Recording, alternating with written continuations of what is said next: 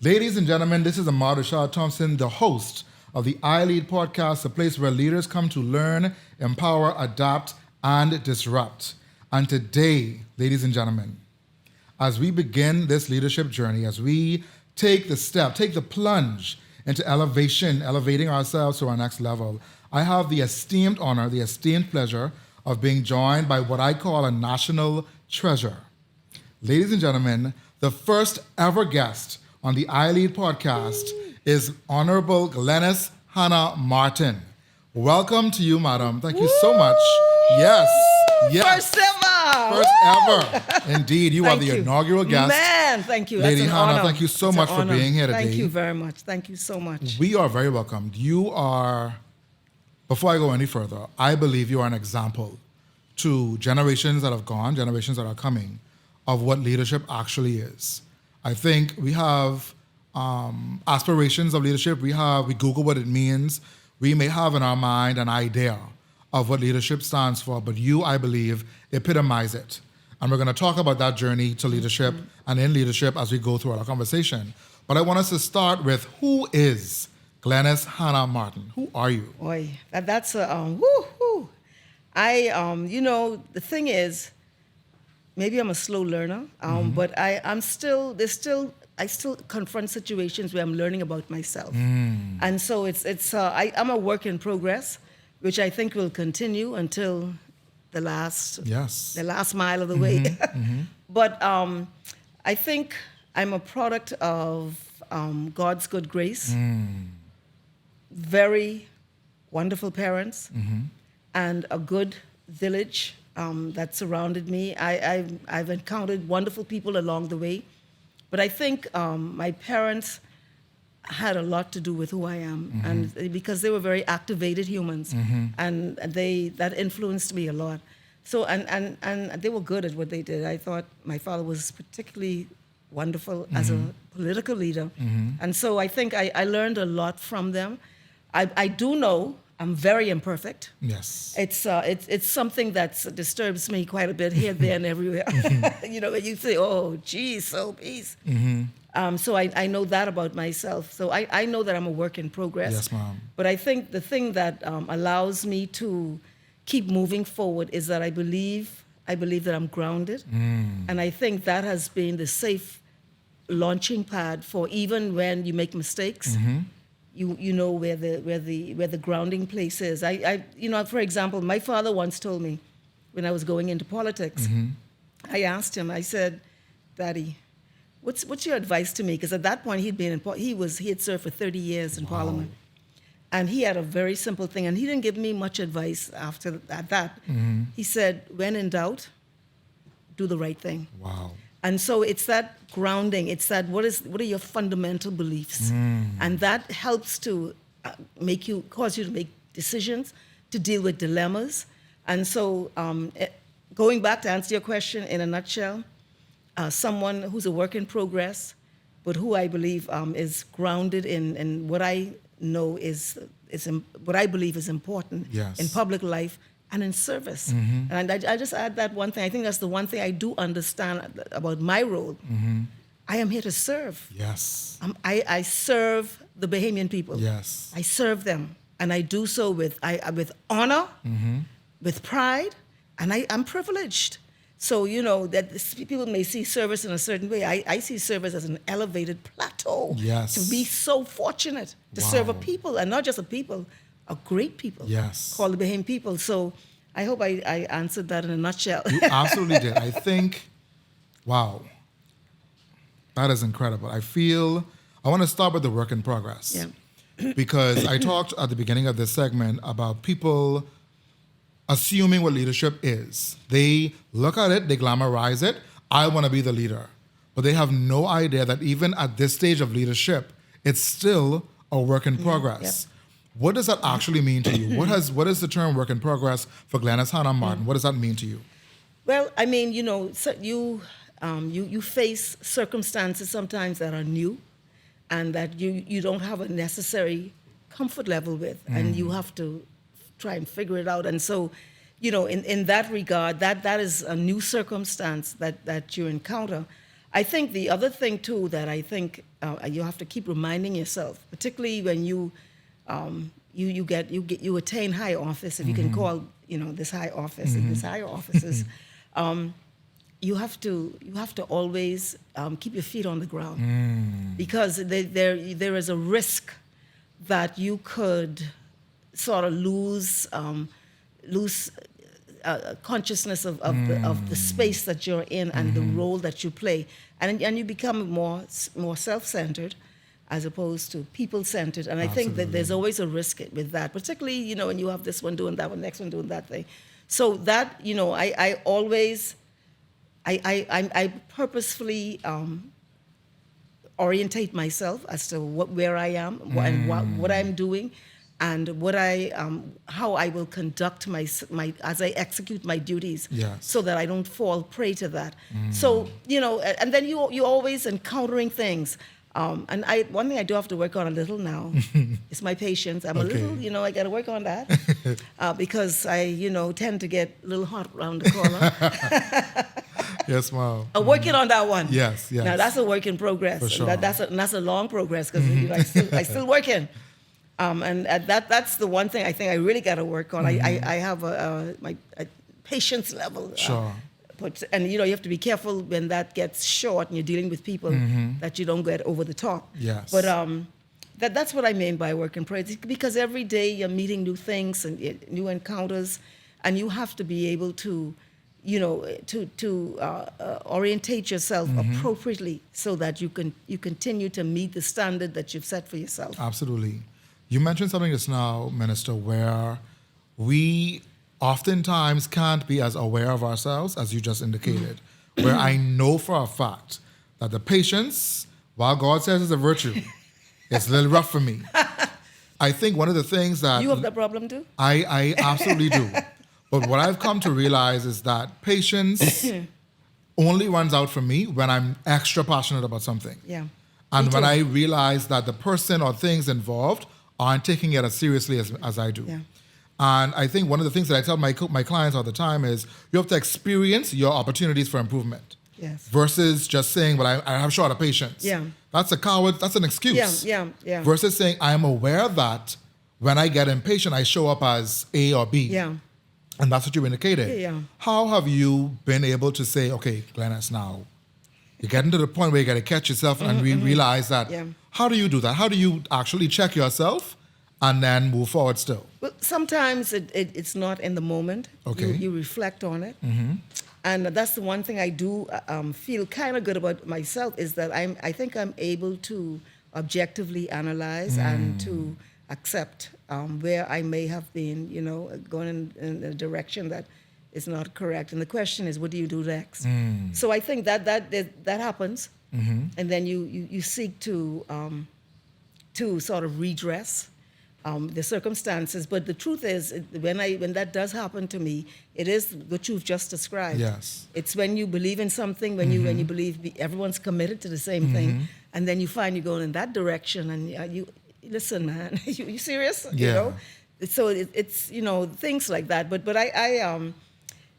it has been like that for me. That same sort of when you're saying like, come on now. Yeah, I got that. Let's go back in time. You are 10-year-old, 12-year-old Glenys Hanna-Martin. What, Glenys Hanna at the time, what do you envision life to be for you? How do you see yourself evolving and growing up? Believe this or not, I wanted to be an author and an actress. Wow. Wow. Talk about that for a minute. I shouldn't say that because people might say, she's still acting. No. What you see is what you get. Yes. No, but it was the creative side of me. I have a very strong creative side. Okay. And it's sort of become subdued with this in law, and you use a little bit in law, but in politics, it's a different direction. But I studied literature.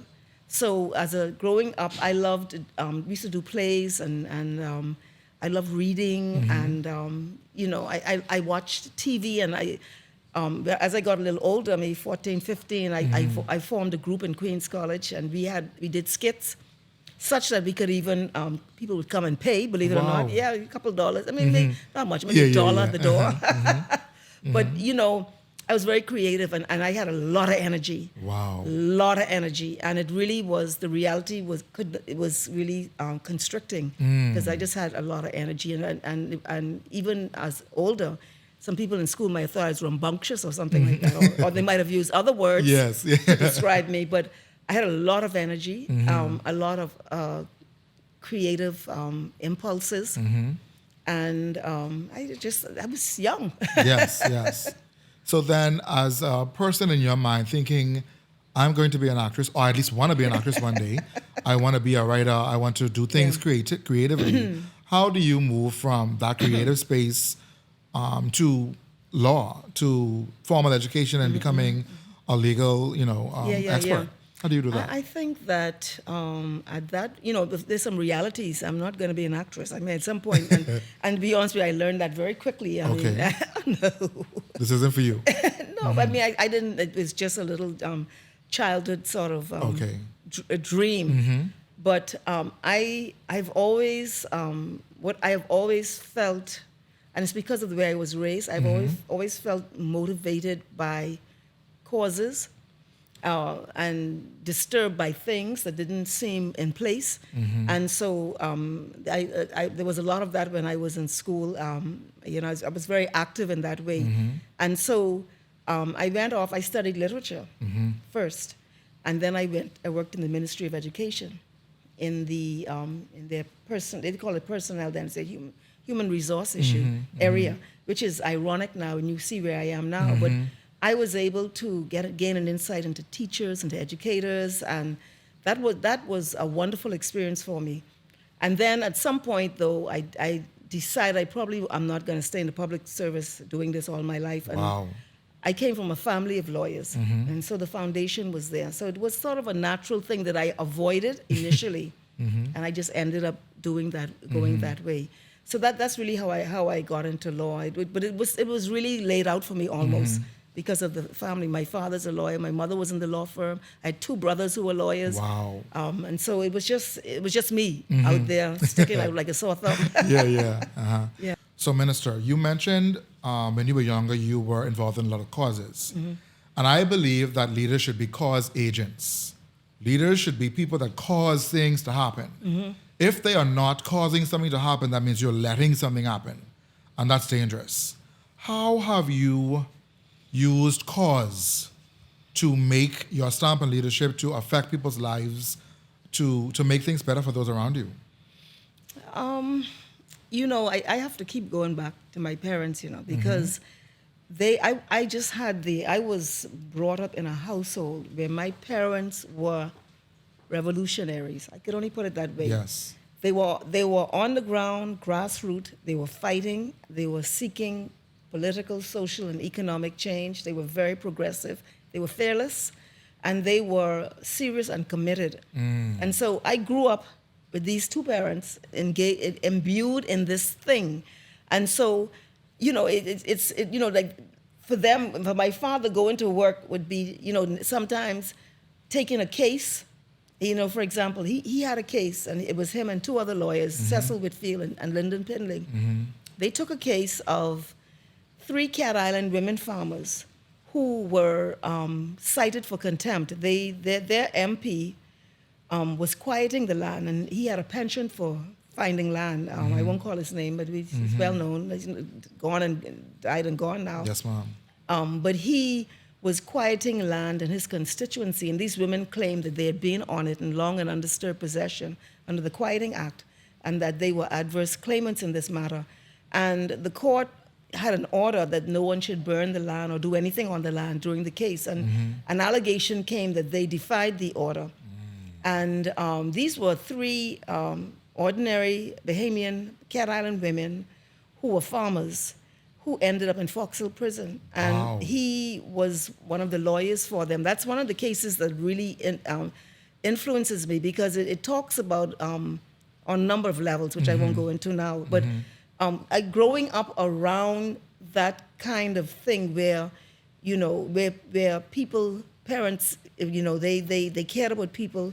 My mother, I don't talk much about my mother because my father was the political figure, but she was incredibly progressive. She was very principled.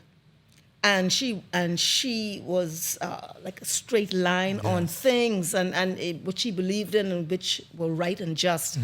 And so this is how we were all raised, all of my siblings. And so that heavily influenced how I saw things. And so when you have the foundational principles of how you believe the world should work, and you see things going, they don't just bother you, they disturb you. At the they core. uproot your spirit. Yes. And you, for you to remain silent, you are actually betraying yourself, and you have to go look in the mirror and say, who are you? Yes. And so this is the sort of energy and impetus that I was raised in. I'm not perfect by any Yes, ma'am. shape of imagination, and I probably could have done more in certain instances, because I'm in cabinet, and I think this is my third time.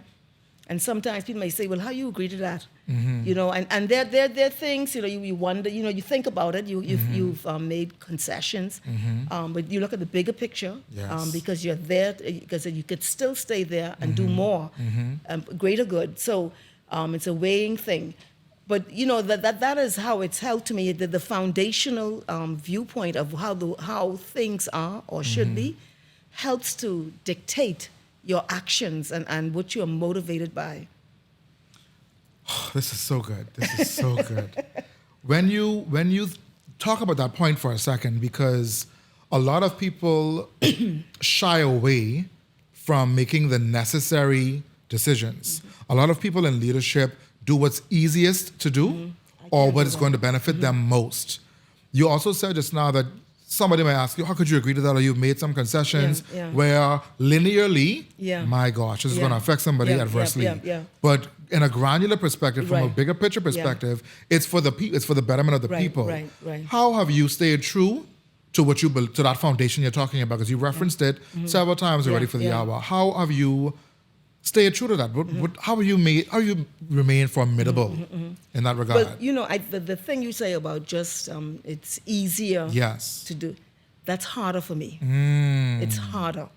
Wow. I wish my life would have been easier if that was easier for me. Wow. It's harder. I cannot allow myself in certain instances, depending on what the issues are, I can't. And so it's not easy for me to take the easy road. Yes, I get that.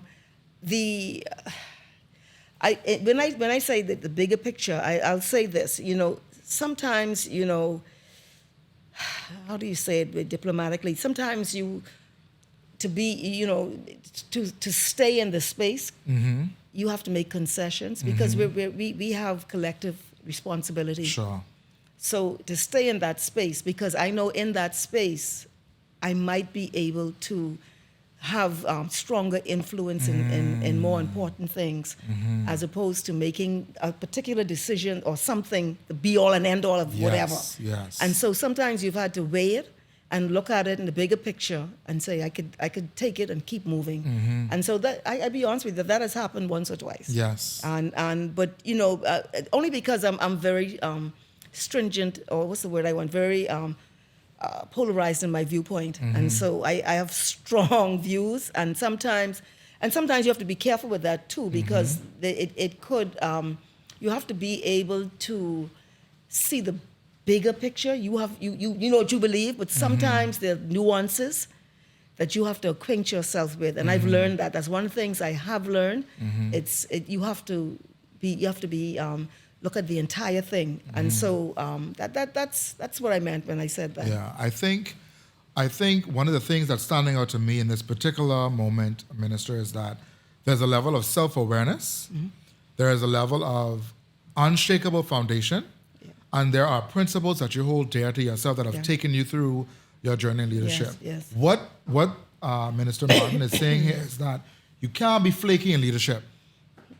You can't let any wind blow and just shakes you off of your, what you call principles, right? Because there are so many leaders today, Minister, that have taken the role of leadership and used it only for their edification or their betterment, and are not taking seriously what this actually means. And the reason for this podcast is because I truly believe that the world is in a leadership crisis right now. We've just emerged from a medical pandemic, and right now we are facing a leadership pandemic, where people are doing what they feel is best for them, versus what is best for those that have the privilege of serving and leading. And that to me, it has run me hot. If I could be plain speaking. Yes. Because why are you taking advantage of your position and not creating an advantage for somebody else? To me, the true legacy of a leader is the legacy that he leaves or she leaves with the leaders he or she created. Yep. Right? And I feel like there are people in our world who are mismanaging the opportunity they get as leaders. And I wanted to have this conversation with you because I believe that you are someone who does not take lightly this privilege, as you put it earlier, to lead and serve somebody else's life. That is a huge thing. Yep. You know, and before we were getting ready to shoot, you said something, you shared a quote with me that I wanted to read on air. And you said it's by Cornel West. And it says, you can't lead the people if you don't love the people. You can't save the people if you don't serve the people. I cannot be an optimist, but I am a prisoner of hope. And I want us to talk about those first two lines. You cannot lead if you don't love. You cannot save if you don't serve. What's love got to do? What does love have to do with leadership, Minister? Leadership is at different levels. And so when I'm talking about political leadership in particular, because that's where I have some experience, yes, right? The only reason that I am here is because of my love for this nation and for our people, but not just love, my belief in the Bahamian people. The Bahamian people are extraordinary. Yes. And I think a lot of their frustration is to do with how they view the quality of leadership.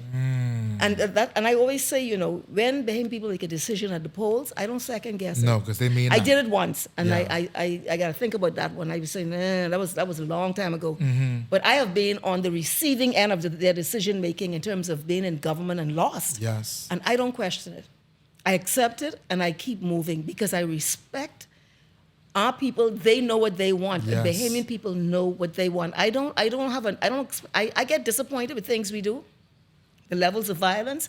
I'm beyond disappointed at what I am seeing. But fundamentally, I know that the Bahamian people understand what is required through leadership, their leadership, in political leadership for the nation. They're not.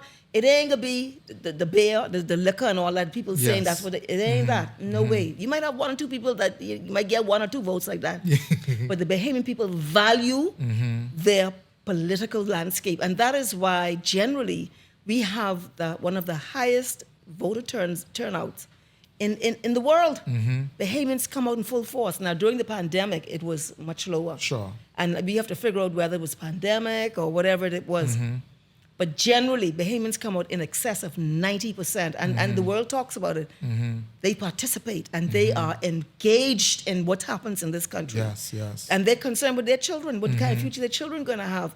So that is, when you say love, it's love, and I also believe in the Bahamian people.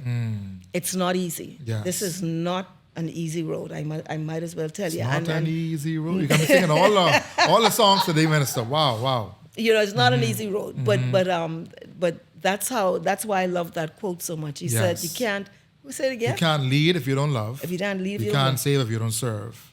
You can't save if you don't serve. Wow. Yes. You said something that is very heavy. You said it's not an easy road. Yeah. The road that you are on, the journey that you are following, the thing that you are, the trajectory that you are on is not meant to be easy. Leadership was never meant to be easy. It is indeed a burden as much as it is a blessing. Yes. And there are people in life who have only amassed to the point of leadership so they can say, this is my, whatever that blank is. This is my place, this is my shop, this is my... And I would say to people, I don't know if your father ever had to say to you, he's your father. If he ever had to remind you, Glenys, I'm the daddy here. Because he knew and you understood what that actually meant, right? He didn't have to, my father never beat me, He only had to talk to me hard or give me a look. And look now. Not no, I crying. You got to get it together. But I think leaders I always say this, cowards intimidate, leaders influence. That's the bottom line. Right. And when a leader has to remind you, or remind himself rather, that he or she is a so-and-so, don't go back there. Yeah, because nobody believes you. No. You don't even believe you. No, but you know why that's important, what you just said just now? Because it goes back to what Cornel West says. Mm-hmm. Because a leader, how do I put it? Because that just inspired me just now. Yes, ma'am. A leader, a person will know they're dealing with a leader because that leader is dealing with what that leader is supposed to deal with. Absolutely. Serving. Absolutely. Loving. Saving. And so that's leadership. Yes. So you won't have that disconnect. But when it's not leadership, you will see that thing which is not connected to saving, loving, And serving. So you see the difference. Yes. And so that's interesting because the ingredients of leadership are manifest in the performance of leadership. Absolutely. Absolutely. What do you think, what do you say to leaders, Minister, who don't believe that there's a place in leadership to serve, to love, to be human, to lead with humanity? What do you say to those leaders who are concerned about the results only and the process only and the thing only? Right. I think they're very confused because what are you leading? You're leading your numbers or something on paper. You cannot produce unless you do it through this resource. Yes. The human. I'm talking about this type of leadership. This human resource. And even if you're leading animals, even if it's a sheep, goats, dogs, cats, you have to have some level of understanding that of what it is that you're doing. So I can't imagine that you think you're going to achieve results. And you might achieve it, but boy, that the price. And it would be short-lived because that's not sustainable. Yes. You cannot sustain that. You would have to understand where the yield is coming from. It's coming from people. Yes. It's coming from people, and that is sustainable, When you think of, you cannot save the people if you don't serve the people. We talked about servant leadership a lot so far for this conversation. In your mind, what does it mean to actually serve? Before I answer that question, I believe the best example we've ever seen of leadership is Jesus Christ. Oh boy, yeah. It's like every day I try my best I ask myself the question, if today was the day that he called me home, would I be able to go into heaven because of what I did today only? If I emulated his way, his way of leadership, would I be successful in entering into heaven? And if my answer is, boy, I'm mad, I don't know if today is that day, I have to reevaluate what I did that day or not. And I think he was the one who demonstrated that leadership is simply about serving. He said it one time, but did it every single day. There are so many of us that say we've come to serve, but only look to be served. Yes. How do you maintain that servanthood even after so much accomplishment and so much, all the things that you've accomplished? How do you still become or still act in a servant leadership role? Okay. Let me say this, right? I'm thinking now when the toughest time for me in leadership was when, it was twice. It was when the economy was in recession. Yes, ma'am. And I think that was the toughest time. That time really tested me a lot, to the extent, not so much about my empathy, but my endurance, because that was not easy, and there was so many things. So many people felt they would want to kill themselves. Wow. I heard a lot of that. It was a very difficult time, and but what I value in that is that, I don't know, it brought a synergy between me and people who were in that place. You talked about Jesus Christ. When I was in university, I did a paper on the philosophy of Jesus Christ. And which was not so much the religious thing, but the philosophical thrust of his thing. And you look at way he found himself in amongst the grassroots people. He severely analyzed the status quo, did not accept it. He spoke about the least amongst us, the people who ain't got nothing, and those who were traditionally hated. Yes. He taught something different. He talked about externalizing our own perception. It's not all about us, your neighbor. Yes. Treat others.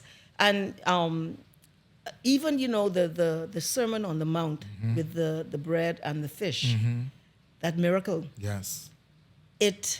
there's a huge lesson in there about when you have resources, about how you use those resources and the impact you can have, as opposed to just building up and building up. And so that example that you say this is the most perfect, I agree with you.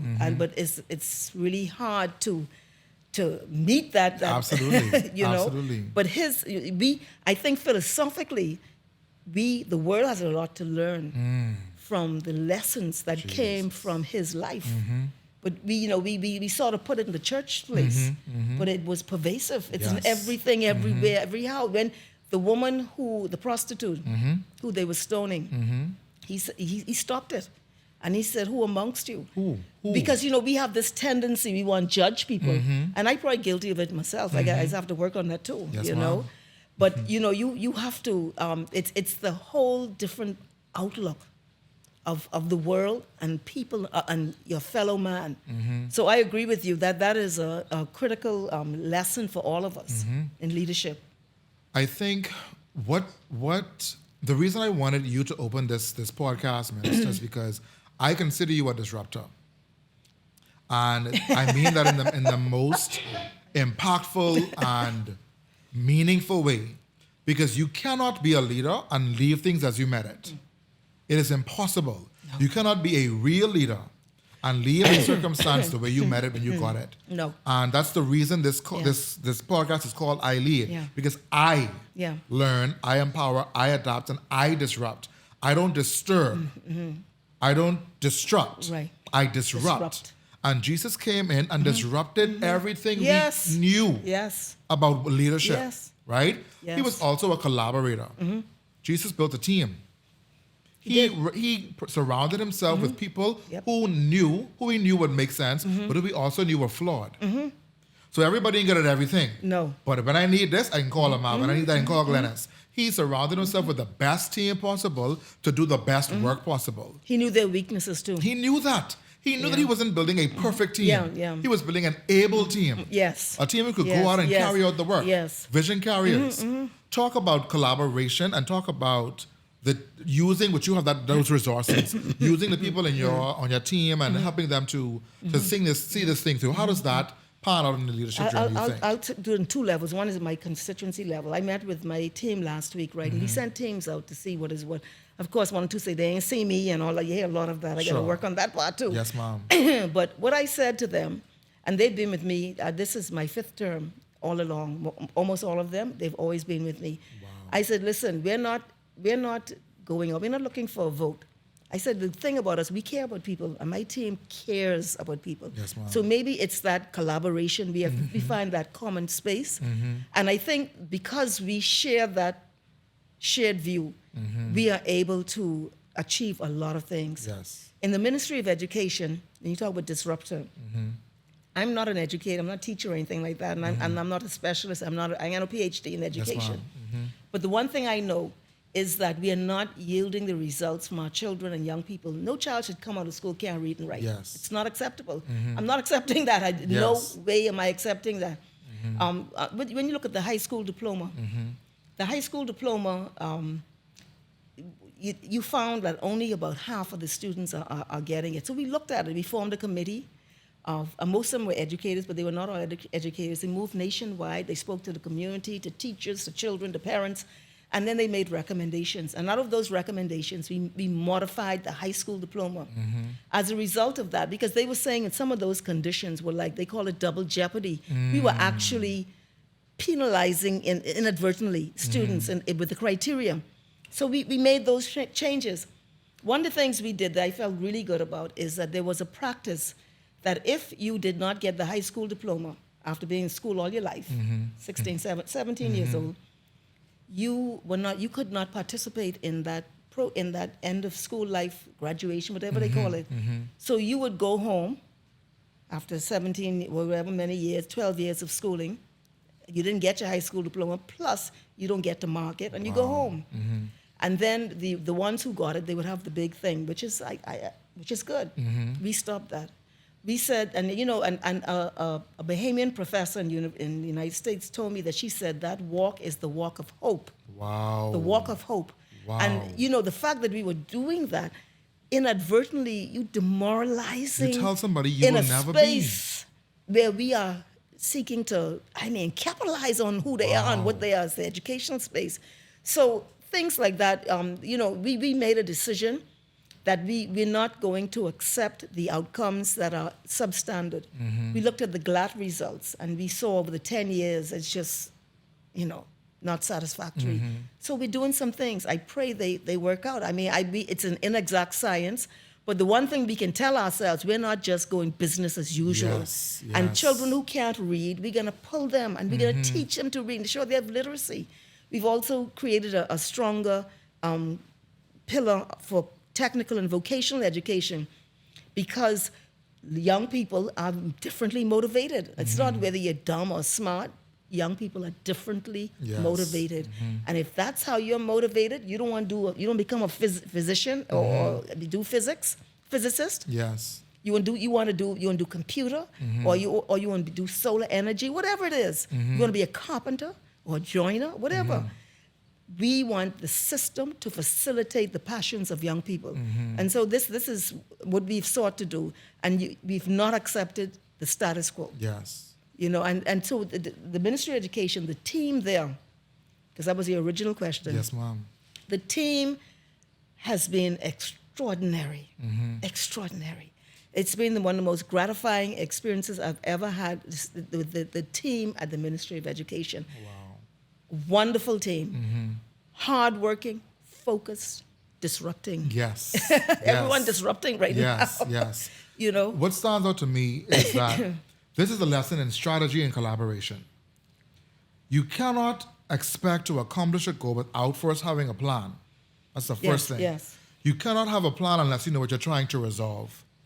You are a leader when you are trying to solve a problem.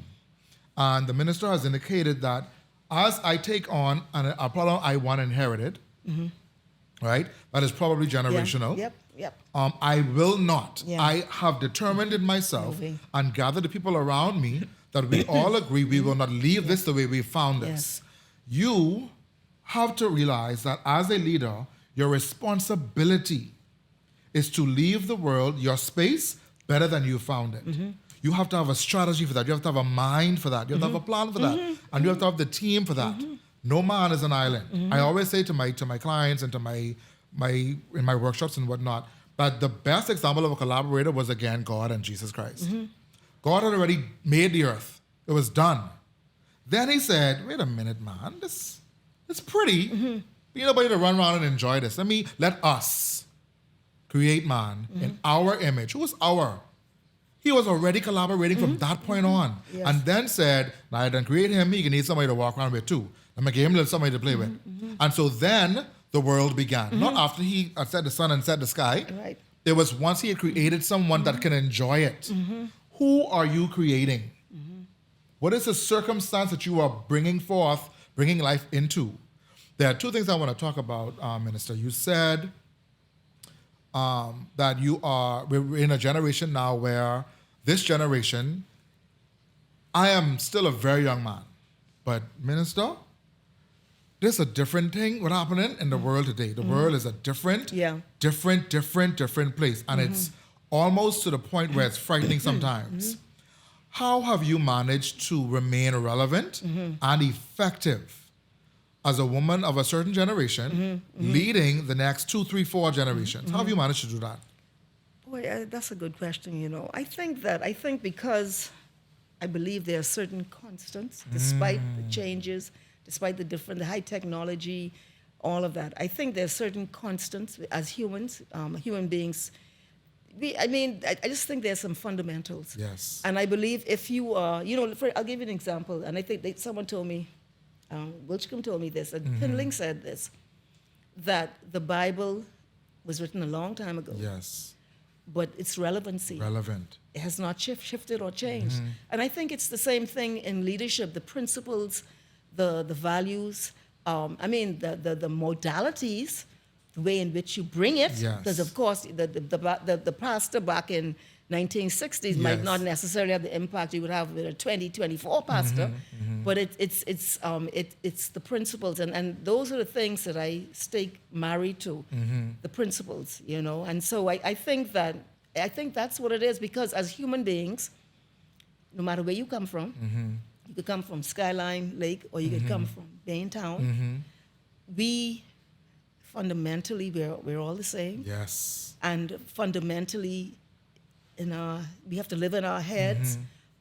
We have the same sort of passions or impulses, things that are deep within us as humans. Now, I can tell you, certain communities face greater challenges, and this is one of the things Christ spoke about, and it's one of the things my parents taught me, and it's helped to me even during that recession time. That the least amongst us, you have to always, we're as strong as our weakest link. Absolutely. You could have all the big hotels, all the big this, that, and the next thing. But if you got children and you got young people, or you got people or elderly people who are falling between the cracks, Yes. then you got a huge case of imperfection. Absolutely. Something ain't working right. And so you have to keep pushing and motivating. And it can become overwhelming sometimes, but you have to keep pushing, So I think that's probably, I don't know if that's the case. I take what you say. I've lasted a while. I don't know how much longer, but I've lasted. But I think it's it's just the fact that there is a shared thing, and that because I do not subscribe to separation in any shape or form, I identify with that shared space that for all of us. This is so good. The lesson, and to me in that short segment right there, was leadership is humanity. It is not some idealized thing that you can't grasp. It is humanity. It is seeing a person for who they are and doing your best to make that better. Yes. To create an opportunity where people can get better, be better, see better, live better. Yes. My grandmother is 88 years old, and she is a baker from she was 8 years old. She was a hairstylist from I think she was like 18 years old. What's her name? Her name is Veronica Hazel Mackey. Put on the record. She is a phenomenal human being, and to this day, she would bake a loaf of bread. She would make you a coconut tart. She would make you something to eat, and she would call you, and she would say, "How was it? Wow. Can I do better? Wow. Was it all right?" And been on it for years. She's been baking for 80 years. Yeah. She knows it like the back of her hand. You know what that is, though? She is a woman of excellence. Exactly. Woman of excellence. She is determined to ensure that whatever you get from her is her absolute best. That's right. And she wants to know your actual opinion. Is this okay? Did I do well today? Are you proud of the product you received? But so many of us as leaders are unconcerned about the impact that we leave on the people we get to serve. Yeah. We are not concerned about how you feel about the product or what the experience was for you. I did what I was supposed to do. In fact, I did what I wanted to do. You know what haunts me? One of the things that haunts me, that what I did was not good enough. Wow. Seriously, that is, and I think I got to work with that one, because Yes, ma'am. at some point you got to go. Yes. So you can leave plenty things unfinished and imperfect and neglected maybe, and you can be left with that. Sure. That's going to be your record. But that is one of my that's one of my concerns, that that it would not have been good enough, but I only could do my best. Absolutely. And you only could do what you could do. Yes. But I love that approach of your grandmother, because I think it's very mature. Yes. Very mature and to be able to continue to measure herself even at 88. I want to know, how can I get better? And she always says, don't answer me as my grandson, answer me as my client.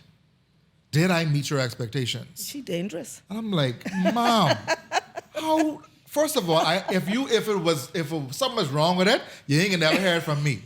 I will never come to you and say, well, Grammy, oh Lord, the day you missed. Darling, I ain't against God in that way. But for her to be, concerned, and she calls you when she didn't realize, okay, some time has passed, he should be home by now, he done eat a little bit of this, let me go see how he's feeling. And the next morning, she's calling to find out again, how was it the day after?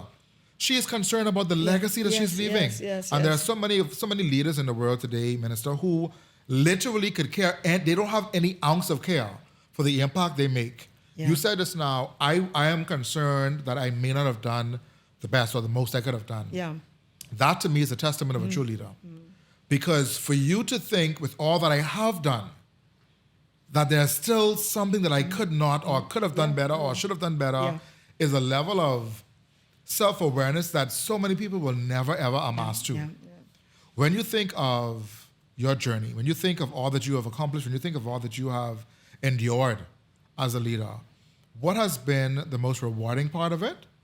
And what do you think has been the part that makes you feel like, man, I quit, it's the last day? Who tell you I only felt that once? I think one of the most rewarding things to me, and that became politically controversial because it was misrepresented, and Sure. that upset me, was the airspace. Mm. The prior administration took a view we're never going to own the airspace. But I started in 2002 on how will the Bahamian regain the airspace. And we lost in 2007, and we didn't complete it. We got far. We almost got to an agreement with the FAA. Wow. But we lost, and the administration that took over was not interested in that. We won again in 2012. And I say, this time short, I can do what I got to do. Yes. I met with, I met the United Nations. I went to the Secretary of State, Fox, in the Obama administration. We formed a committee, and originally there were American lawyers, and I said, we're going to use Bahamian lawyers. We used the Office of Attorney General. We used Bahamian negotiators. And finally, we were able to sign a letter of intent which agreed that the Bahamian people would regain control of the airspace, that Bahamian aircraft would no longer be charged by the FAA in America for taking off taking off in the Bahamas. The Bahamas Air was paying to the FAA Wow. and Western Air and all of that. And Bahamas Air was like $1 million a year. And we struck that agreement. And true to form, it was just before the next election. That was in Wow. April. And I think the elections were in May. But we were able to agree that, and we lost. And then it became a political football.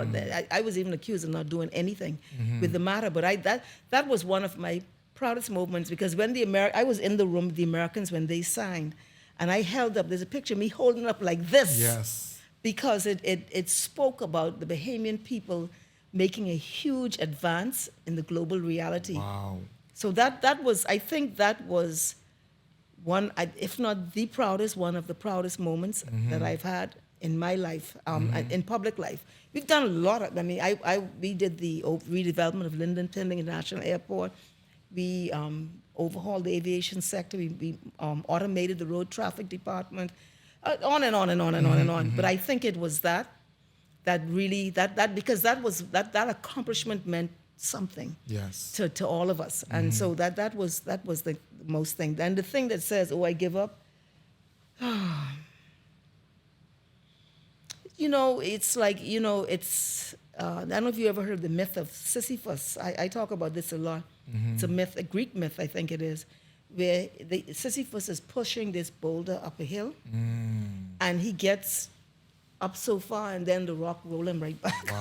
Wow. Sometimes you feel that. You feel like you're not making progress. I just had speaking to someone. We were talking about leadership, and he said the very same thing. You're talking about the crisis of leadership. He's a young man in my constituency, very bright, and we were talking about this violence issue, and I was telling him, and there was a killing recently, and it got to me. It hurt me, because I knew the young man. I watched him grow up, and it hurt me, Yes. and it didn't make no sense. Yes. And you just come out there saying, "Oh Lord, is this making any sense?" Yes. But he had a one-liner for me from the Bible: "Never weary Wow. in well-doing." Wow. And it sort of helped me to get a focus. Don't get overwhelmed. Yes, But yes. sometimes things happen and you feel like your best ain't getting nowhere. You're not achieving it. But what he said to me, he said, you have to always remember the greater good. Yes. There is a greater good.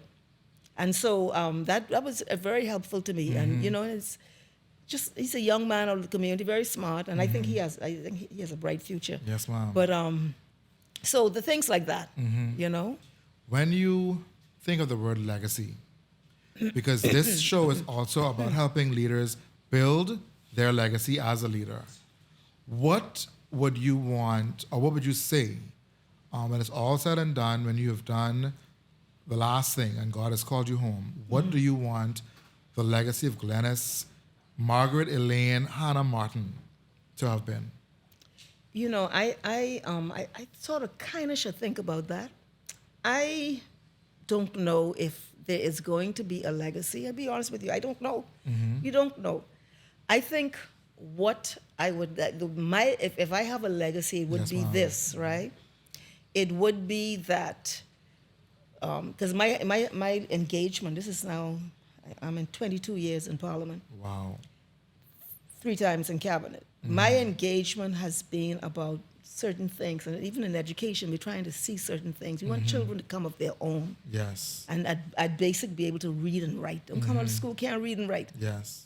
So, what I would like to see is that the collective mindset has shifted in how we see ourselves. That is what that is really. And that's what I speak always in the collective. Yes. It's very very rarely in the micro way. It's the macro way. It's how we see ourselves as a people. Of course, it comes down to the micro. It comes down to the child in the classroom, the little child in the home, or the citizen over here, or a constituent over there. But it's the macro thing, because the one thing I know, Bahamians value this country, even though we could value it better. Yes. But we value it.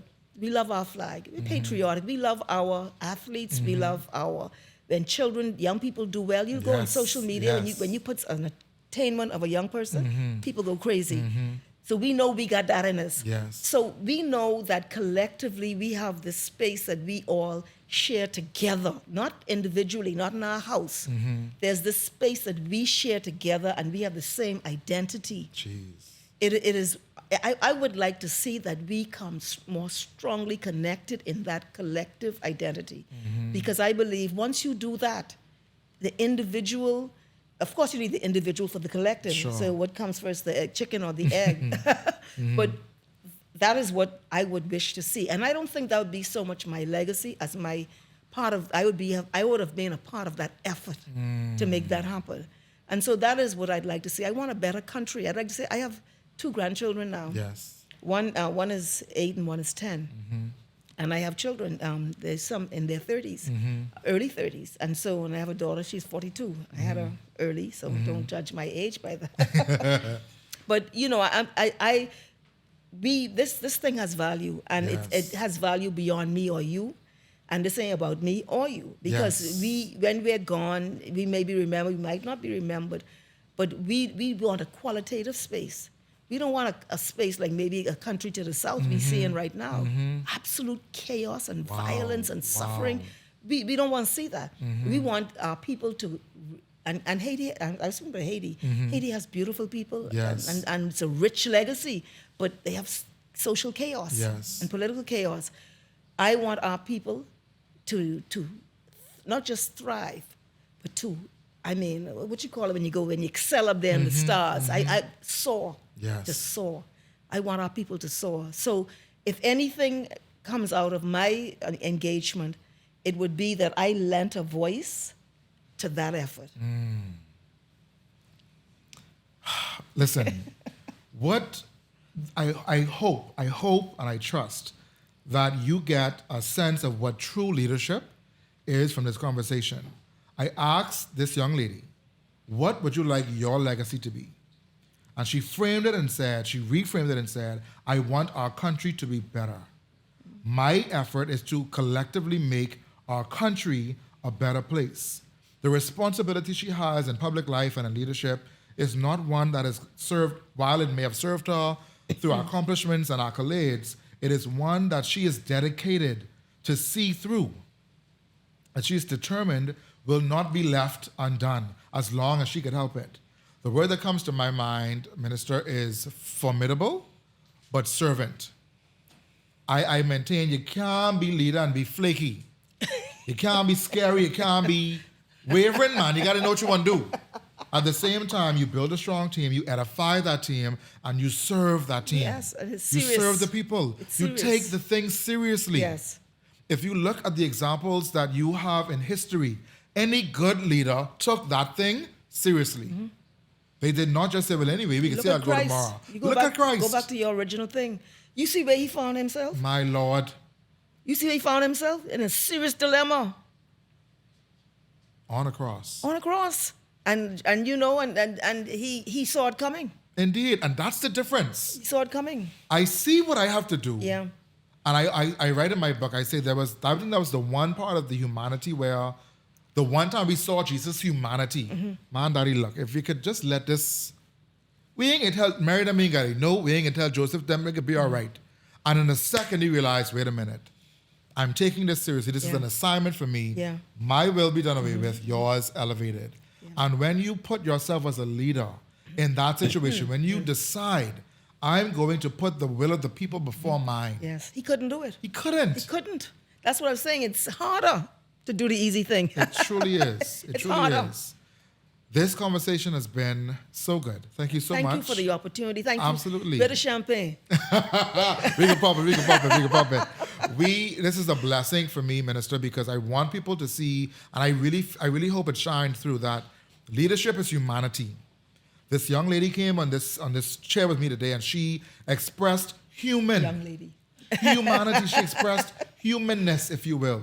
She did not talk about the school and the this and the that because that matters, that contributes to it. But at the crust of it all, I want to make the place better. Yeah. I am concerned that I'm not doing enough, or I could do it better. I want to see the people around me thrive and excel and soar, is how you put it. What do you say in a moment of final comments, if you will, to our leaders who are watching, to the persons who are having a hard time learning, empowering, adapting, disrupting, who are not able to find their voice, who can't, who's having a hard time? What do you say to them? That might be easier for you to help them on that one, that part of it. But I would think that the only thing I would say is that leadership is a place of privilege and opportunity. But you have to have that realization. Yes. And then the question is, what is the vision, and how do you execute to achieve that vision? You called it a plan. Yes. You have to have a plan. What is it you're seeking to achieve? And then ensure that everyone who is a part of your team buys into that. Yes. And honestly, legitimate vision and goals, people buy into it. It's just it sells itself. Yes. But you have to get buy-in. You know, sometimes you encounter people who you can't really make a breakthrough with, and that's for complicated reasons. People don't always. People have psychology issues, and you know, and so. So that means that you have to adapt, because I as much as even in the early days, I used to want to write off people. Like, please.